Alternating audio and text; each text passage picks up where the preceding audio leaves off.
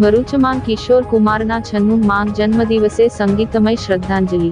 સ્વર સમ્રાટ કિશોર કુમારના 96મા જન્મદિવસ નિમિત્તે ભરૂચના ડોક્ટર બાબા સાહેબ આંબેડકર ભવન ખાતે એક સંગીતમય કાર્યક્રમનું આયોજન કરવામાં આવ્યું હતું। નાદબ્રહ્મ સંગીત એકેડમી દ્વારા આયોજિત આ કાર્યક્રમમાં કિશોર કુમારના સુરીલા ગીતો ગાઈને તેમને શ્રદ્ધાંજલિ આપવામાં આવી હતી। આ કાર્યક્રમમાં ભરૂચમાં કિશોર કુમારના ઉપનામથી જાણીતા કલાકાર દીપકભાઈ દશાડિયાએ કિશોર કુમારના લોકપ્રિય ગીતો રજૂ કરીને ઉપસ્થિત સૌ શ્રોતાઓને મંત્રમુગ્ધ કર્યા હતા।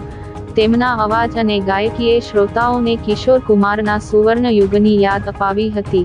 આ કાર્યક્રમ કિશોર કુમારના સંગીત વારસાને જીવંત રાખવાનો એક સુંદર પ્રયાસ હતો।